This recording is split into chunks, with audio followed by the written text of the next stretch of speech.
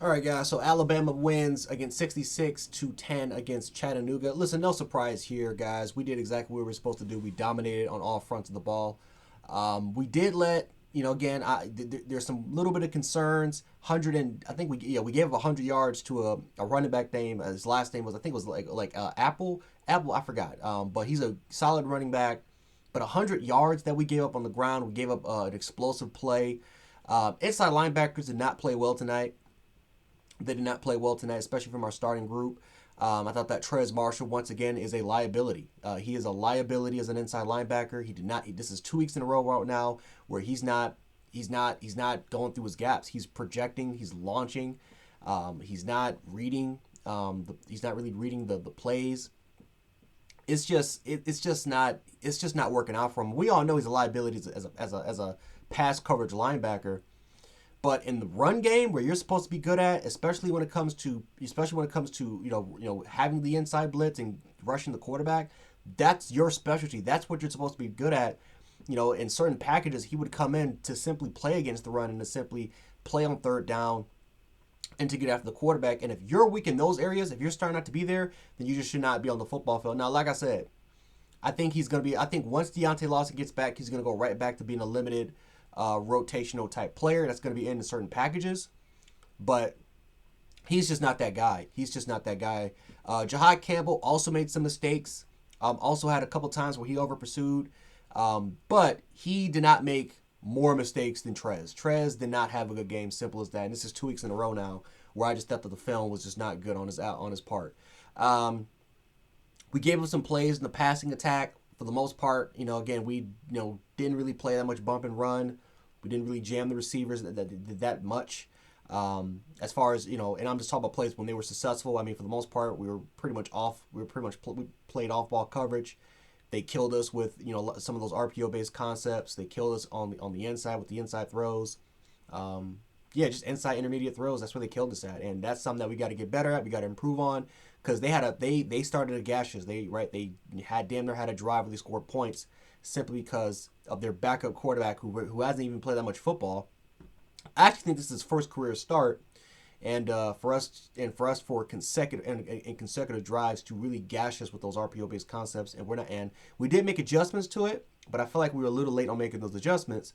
I guess again I'm just nitpicking here because we won 66-10, but I'm just thinking about things that we can improve on.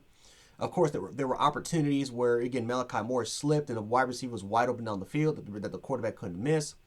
There were some things where Christian Story you could have took advantage of where any good comparable offense, and this is something on the Bamainsider show that Coach Shawn talked about, where for the most part, if any quarterback or any offense that is competitive enough or competent enough or just overall just is solid enough, they're taking advantage of some of those mismatch opportunities, and they're taking advantage of some of the mistakes that we made defensively. So there's stuff to clean up. Like this wasn't a perfect, clean game by Alabama by no stretches, at least on the defensive side of the ball. Now, like I said, we made adjustments. We got things right. Our second and third string guys got in the football game. They made plays like we saw, I think, Antonio Kite. We saw Devontae Smith, Jake Pope. We saw Grayson Hubbard. As far as guys that were in the secondary that were making plays. We saw Shawn Murphy was in there. I think that was the first time I think we saw Shawn Murphy in a full-time live game. As far as on the defense, I thought we saw Alexander there. This was a really, really, I guess, good performance from our backups. Our backups made mistakes, but I thought that they played a much cleaner game than our starters. I'm not gonna lie to you. Our defensive line, James Smith, he's gonna be a hell of a player, man. I'm telling you, man. James Smith is a big, strong, physical dude, very quick. I'm telling you, with overtime, as he gets better, and he really starts to learn how to play that position, he's going to be a very, very good player for us. J.C. Latham, who's more of a rotational player, had more reps. But no, I mean, I liked what I was able to see today. I liked what I was able to see from a lot of our backup guys. Caleb Downs, as a true freshman, between him and Ruben Bain, as far as who's the best freshman in America, man, I mean, it's close. It's very, very close between those two guys because both those guys are just effective, impactful monsters on their teams. But my goodness, Caleb Downs might just be. I'm not going to sit up and say he's the best defensive back on this team, even though he damn near has an argument for it. I still think that Terrion Arnold, you can make an argument he's the best defensive back on this team. But Caleb Downs is a monster. I mean, he's playing at an All-American, not just a freshman All-American level. He's playing at an All-American level. And what we saw from him on the punt return, finally taking Kool-Aid off after I've been begging for weeks that he is not that guy. Even when he was returning, solid punt returns for us, it was against teams like this. It wasn't against big-time quality competition. He's not explosive. He doesn't really have that vision, that elite ball carrying type vision. He doesn't have the agility. He's stiff as all hell when he runs. Like, he's not but I think the most important part, he's not explosive. He's not an explosive player. And we need guys at some point that can make big plays for this team on special teams. And, guys like Cyrus Jones, guys like Javier Arenas, and these are just defensive backs that did it. We need at some point a player that can go out there and make big plays. And Kool-Aid was never that guy. Even last year, he was never that guy for us that can make those big explosive plays against quality competition. Well, Caleb Downs, in his first time fielding punts for us in a live football game, his first one takes it to the crib. So, I mean, don't tell me that Kool-Aid is that guy that can return punts, because he's not. He has, again, 5 to 6 games now, he has played like shit. He has played like shit as far as playing on the punt return. He lets balls go that travel around 15, 20 yards extra when he should have been fielding the punt. He catches punts when they should have never, when he catches punts and he tries to return it when they should have never been returned. Like, it's not been a good season at all for Kool-Aid McKinstry as far as fielding punts. Again, this is a guy that arguably is a day one, worst case scenario, early day 2 corner. He's going to get drafted. No question about it. But as a punt returner, absolutely not. And I've been saying this for 5 weeks. Try out Kendrick Law. Try out Isaiah Bond. Terrion Arnold. These are guys that can do that duty. Emmanuel Henderson has been doing it all his life in high school. Like, give these guys another opportunity, man. But finally, Nick Saban said, you know what? Enough is enough. Put Caleb Downs in there, and what happens? He returns it for a touchdown. So, is he going to be our punt returner starting now? I have no idea.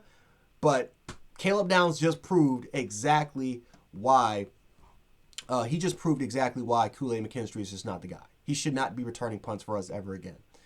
Offensively, I thought we played solid. Jalen Miro had another 3-touchdown type performance. I think another thing, too, that I really, really liked about this team, the rushing attack. 315 yards. I thought the offensive line from our first string, second string, all the way to our third string was excellent. We saw Miles McVay get his first snaps. Tyler Booker was still out there with the second or third string, but still, he was out. We saw what he was able to do. Terrence Ferguson you saw that they were able to experiment with him over the field. Pritchett was out there. There was a lot of guys out there that maybe we just haven't really seen that much of or have that much data of. We saw them out there and they played pretty well. So this offensive line is gelling. They're getting a lot better, and that's scary always for the rest of the country. Receivers-wise, again, getting a lot more comfortable.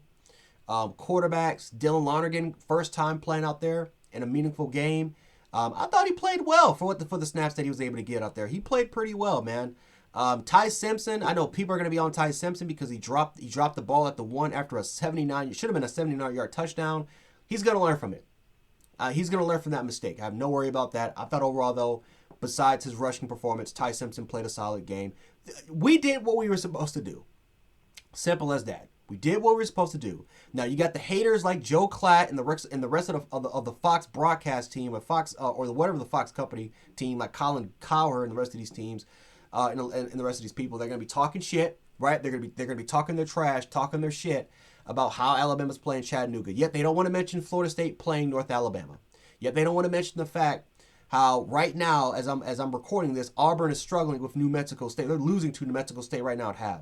They don't want to talk about the fact how Michigan, again, they've been hyping up Michigan all year round, defending Michigan, talking about how they're the most consistent team, yet they almost lost to Maryland. Not a good Maryland team either. They're not a good Maryland team either. But yet they want to keep dogging Alabama. That's why when people say that the committee has SEC bias, What SEC bias? The fact that they got 7 committee members that are from the Big Ten alone? Yeah, you're right. They definitely have the SEC bias. But either way, great win. Now we got to get ready, get focused for Auburn. We got to go to Voodoo Land. We got to go to Voodoo Land. I think if we can do that, take care of our business, don't have unenforced errors, continue to play how we played the last 3 to 4 weeks, we should blow this team out by 3 scores. However, if you want to play like how we did in 2021 with all the penalties, offensive line not syncing well together, offensive line not playing well, dropping passes, turnovers, endless mistakes. Because remember, we haven't blown out Auburn in Jordan-Hare since 2011. I know some people want to bring up 2015. We won that game by 2 scores. That game was close pretty much all game long. That was a very competitive game all game long. We haven't took them out from quarter 1 all the way to quarter 4 since 2011. Well over 10 years ago. So we got to get ready. We got to get prepared because this is a dangerous crowd. I mean, this is a dangerous crowd and going to Jordan-Hare. Voodoo dolls on the football field. Toilet paper. They got that ready. We got to get prepared. So we do what we need to do. We should blow them out. So anyway, guys, roll tide. I'll catch you guys on the next one.